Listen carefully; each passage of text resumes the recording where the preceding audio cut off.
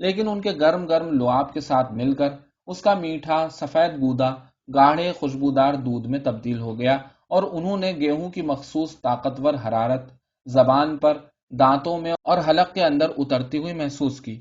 دیر تک وہ خاموشی سے گیہوں کے دانے چباتے اور باہر تیزی سے بھاگتے ہوئے سیاہ درختوں کو دیکھتے رہے۔ ان کے جبڑے ایک ساتھ ایک تال پر پریڈ کرتے ہوئے سپاہیوں کی طرح چل رہے تھے۔ یہ سارا خون ہے، عبداللہ نے منہ میں زبان پھیرتے ہوئے کہا۔ ہاں، نعیم نے اتفاق کیا۔ عبداللہ نے ہوا میں گالی دی۔ تاش کھیلتے ہوئے چاروں سپاہی کسی بات پر قہقہہ لگا کر ہنسے۔ ان کے ساتھ ہی پیٹ کے درد والے نے ایک چیخ ماری اور مٹھیاں پیٹ میں ٹھونس کر دانت گھاس میں گاڑ دیے۔ سب لوگ اس کے گرد اکٹھے ہو گئے۔ صبر کرو، اسٹیشن آنے والا ہے، کہانی سنانے والے دیو ہیکل سپاہی نے کہا۔ پانی پلاؤ، ایک اور نے کہا اور چھاگل بڑھائی۔ مریض نے منہ موڑ کر ایک اور چیخ ماری۔ گاڑی روکو، منہ کیا دیکھ رہے ہو، گدھوں، زنجیر کھینچو۔ ہاں ہاں، زنجیر کھینچو، زنجیر کہاں ہے؟ زنجیر کی تلاش شروع ہوئی۔ داستان گو نے لالٹین اتار کر دیوار کے ساتھ ساتھ چلنا شروع کیا۔ آدھے سپاہی اس کے پیچھے پیچھے چلنے لگے۔ زنجیر نہیں ہے، آخر اس نے اعلان کیا۔ ہیں؟ زنجیر نہیں ہے؟ یہ جانوروں کا ڈبہ ہے، آدمیوں کا نہیں، دیکھتے نہیں ہو؟ ایک نو عمر لڑکے نے گھاس پر ٹھوکر ماری۔ جانوروں کو زنجیر کی ضرورت نہیں پڑتی۔ مریض اب سیدھا لیٹ گیا تھا اور ہولے ہولے کرا رہا تھا۔ گاڑی رکی تو سپاہی دونوں دروازوں پر جا کھڑے ہوئے۔ کون سا اسٹیشن ہے؟ انہوں نے مخصوص سوال دہرایا۔ اور تم جانوروں کی طرح دروازے میں کیوں کھڑے ہو؟ ہوا آنے دو، عبداللہ بستر پر بیٹھے بیٹھے چیخا۔ دو ایک سپاہیوں نے پلٹ کر دیکھا اور سنی انسنی کر دی۔ وہ جھلا کر اٹھا اور پوری قوت سے کوہنی ایک کی پسلیوں میں ماری۔ ہٹو، مجھے باہر جانے دو۔ نیچے زمین گیلی تھی اور مٹی میں سے تازہ ہل جتے ہوئے کھیت کی خوشبو آ رہی تھی۔ بارش ابھی ابھی ہو کر تھمی تھی۔ یہ ایک چھوٹا سا دیہاتی اسٹیشن تھا جس کے دونوں سروں پر لالٹینیں ویرانی سے جل رہی تھی۔ دوسری طرف سے آنے والی گاڑی کی روشنی نظر آ رہی تھی۔ سپاہی کود کود کر باہر نکل رہے تھے اور اسٹیشن پر پھر رہے تھے۔ جنہوں نے باہر آنا مناسب نہ سمجھا وہ ٹانگیں لٹکائے دروازے میں بیٹھے تھے۔ مارو مارو مارو! اچانک ایک ڈبے میں شور اٹھا اور بھاگ دوڑ شروع ہوئی۔ کچھ دیر بعد ایک سپاہی بیٹ کی نوک پر چھوٹا سا سانپ چڑھائے باہر نکلا۔ رائفلوں کی نالیوں سے اس کو الٹ پلٹ کر دیکھا گیا۔ بینٹوں سے کچوکے لگائے گئے اور متفقہ رائے کا اظہار کیا گیا۔ بڑا زہریلا ہے۔ پھر اس کا قاتل اسے بیٹ میں اٹکا کر آگے بڑھ گیا۔ 4 ڈبے آگے جا کر وہ رکا اور اسے دروازے میں کھڑے سپاہیوں کی طرف بڑھا دیا۔ لو بھوپالیوں، ایک تحفہ لایا ہوں۔ کیا ہے؟ دروازے میں سے کسی نے پوچھا۔ وہاں پر اندھیرا تھا۔ بلوچیوں نے بھیجا ہے۔ ایک جا کر اندر سے لالٹین اٹھا لایا۔ دروازے میں کھڑا ہوا سپاہی اپنے چہرے کے اتنا قریب سانپ کی شکل دیکھ کر چونک کر پیچھے ہٹا۔ اوپر اور نیچے قہقہے بکھر گئے۔ سور! اس نے بوٹ کی ٹھوکر سے سانپ کو دور اچھال دیا۔ ہم بھی جلد ہی تمہیں ایک تحفہ بھیجیں گے۔ یہ کون سی ریجیمنٹ ہے؟ عبداللہ نے چلتے چلتے پوچھا۔ نمبر 9 بھوپالی۔ آگے ایم جی ڈیٹیچمنٹ کے ڈبے تھے۔ مشین گنوں کی خول چڑھی نالیاں دروازوں سے باہر نکلی تھی اور سپاہی ان پر ٹانگیں رکھے سو رہے تھے۔ آگے زخمیوں کو اٹھانے والی کمپنی تھی۔ وہ اسٹریچروں کے انبار کے سہارے بیٹھے باتیں کر رہے تھے۔ اس سے آگے گھوڑوں کے 2 ڈبے تھے جو منہ باہر نکالے گھاس کھا رہے تھے۔ جانوروں کو زنجیر کی ضرورت نہیں پڑتی، عبداللہ نے ہنس کر زیر لب دہرایا۔ مخالف سمت سے آنے والی گاڑی سیٹی بجاتی ہوئی زن سے گزر گئی۔ اس کے زیادہ تر کمروں میں تیز روشنی تھی اور پنکھے چل رہے تھے۔ مسافر اخبار پڑھ رہے تھے، سو رہے تھے اور باہر دیکھ رہے تھے۔ ایک ادننگی سفید فام عورت چمڑے کے بکسوں کے سہارے بیٹھی قہوہ پی رہی تھی۔ برف چوستا ہوا ایک موٹا آدمی حیرت سے فوجیوں کی گاڑی کو دیکھ رہا تھا۔ پچھلی رات کی نشہ آور نمدار ہوا عبداللہ کے چہرے سے ٹکرائی اور وہ پلٹ آیا۔ تم نے گاڑی دیکھی؟ ڈبے پر لٹک کر چڑھتے ہوئے اس نے نعیم سے پوچھا۔ ہاں، اس میں ایک عورت تھی۔ اچھا، نعیم نے مسکرا کر کہا۔ وہ اپنا اپنا بستر کھولنے لگے۔ کہانی سنانے والا پنجابی کان پر ہاتھ رکھ کر ہیر گا رہا تھا۔ باقی سپاہی سونے کی تیاری کر رہے تھے۔ 4 بجے کے قریب زیادہ تر لوگ سو چکے تھے۔ جو نہیں سوئے تھے وہ نیند سے بھرائی ہوئی آواز میں باتیں کر رہے تھے اور اپنا اپنا آخری سگریٹ پی رہے تھے۔ کراچی سے وہ ایچ ایم ایس ویمیوتھ میں سوار ہوئے۔ جہاز کی اوپری منزل میں کمپنی کو جگہ ملی۔ ان کے ساتھ والے کمروں میں مشین گن ڈیٹیچمنٹ تھی۔ نیچے کی منزل میں نمبر 9 بھوپال کا آدھا بریگیڈ تھا۔ پہلا پڑاؤ عدن پر آیا جہاں 24 گھنٹے تک رکنا پڑا۔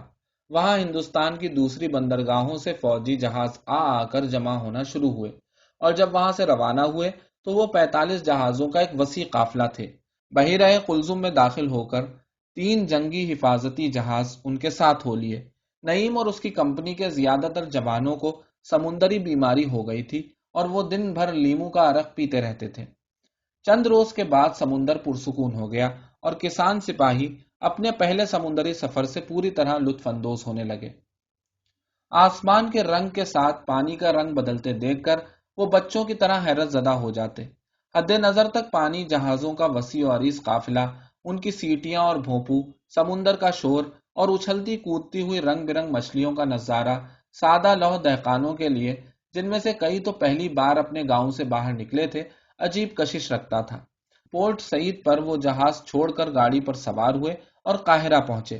راستے کا علاقہ اور قاہرہ کے بازار اور گلیاں دلی اور اس کے علاقے سے مشابہ تھیں، صرف لوگوں کا لباس مختلف تھا۔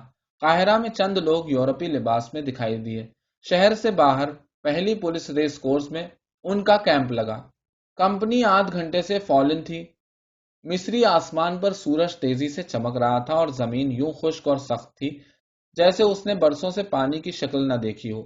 ریس کورس بہت بڑے دائرے کی شکل میں تھا، جس کے 3/4 رقبے پر کیمپ پھیلا ہوا تھا۔ جنوب میں بھورے رنگ کی خشک پتھریلی پہاڑیاں تھیں، جن کے پتھر سورج کی مسلسل تپش اور تیزی سے سیاہی مائل ہو چکے تھے، اور ان پر اسی رنگ کی پہاڑی بکریاں جانے کیا چرا کرتی تھیں۔ شمال اور مغرب میں قاہرہ پھیلا ہوا تھا، جس کی چوڑی خوشنما سڑکوں پر دیہاتی عربی لباس پہنے بدو گدھا گاڑیوں اور اونٹ گاڑیوں پر سبزیاں اور دودھ بیچتے پھرتے تھے۔ مشرق میں ریگستان تھا اور جا بجا چمکتی ہوئی ریت کے ٹیلے تھے، جن کے پیچھے سے ہر صبح گرم چمکتا ہوا سورج قاہرہ پر اور ریس کورس کے کیمپ پر اور تھکے ہوئے گرد میں اٹے ہوئے اکتائے ہوئے فوجی چہروں پر طلوع ہوا کرتا۔ دور سے کیپٹن میکلین کے گھوڑے کو آتے دیکھ کر حوالدار، جو ایک طرف کھڑا جمعدار سے باتیں کر رہا تھا، وہیں سے چلایا، اٹینشن! انہوں نے رائفلیں کندھوں پر رکھی اور تن کر کھڑے ہو گئے۔ کیپٹن میکلن کا سیاہ خوبصورت گھوڑا ان گھوڑوں میں سے تھا جو مصر اور سوڈان سے حاصل کیے گئے تھے۔ اس نے کمپنی کے 2 چکر لگائے۔ حوالدار نے کڑک کر 2 کوشن دیے۔ بالکل ایسا میرا گھوڑا پچھلے سال پھول کر مر گیا۔ عبداللہ کے ساتھ کھڑے سپاہی نے اسے اطلاع دی۔ چپ رہو جوانوں! گھوڑے کو قابو میں کر کے کیپٹن بولا، ہمیں چند حالات کی بنا پر کچھ دن اور یہاں رکنا پڑ گیا ہے، مگر امید ہے کہ جلد ہی ہم میدان جنگ میں پہنچیں گے۔ اس نے رک کر بائیں ہاتھ کا سفید سواری کا دستانہ اتارا۔ اپنے آپ کو چست اور تازہ رکھو۔ حکومت تمہارے گھروں اور گھر والوں کی سلامتی کی ذمہ دار ہے اور وہ راضی خوشی ہیں۔ گھوڑا پچھلے پاؤں پر دوبارہ ذرا ذرا اٹھا، پھر سیخ پا ہو گیا۔ سوار نے باگیں دانتوں میں پکڑ کر دستانہ پہننے کی کوشش کی، مگر وہ نیچے گر پڑا۔ گھوڑا تیزی سے ناچنے لگا۔ ریت اڑ اڑ کر کیپٹن کے تر چہرے پر جمنے لگی۔ حوالدار! وہ گرجا۔ حوالدار نے مستعدی سے دستانہ اٹھا کر پکڑایا۔ Company route march! کیپٹن کے کرخت کوشن کے ساتھ اس کا ہنٹر گھوڑے کی پیٹھ پر پڑا۔ وہ گھوڑے کی تندرست چمکدار پشت پر رانے جما کر ذرا سا اٹھا اور اپنے پیچھے ریت کے چھوٹے چھوٹے بلوری ذروں کا غبار چھوڑتا ہوا غائب ہو گیا۔ یہ جانور میرے نیچے ہو تو ایک دن میں ٹھیک کر دوں، عبداللہ کے ساتھ والا سپاہی پھر بولا۔ عبداللہ نعیم سے کہہ رہا تھا، یہاں تو علی پور سے بھی زیادہ گرمی ہوتی ہے۔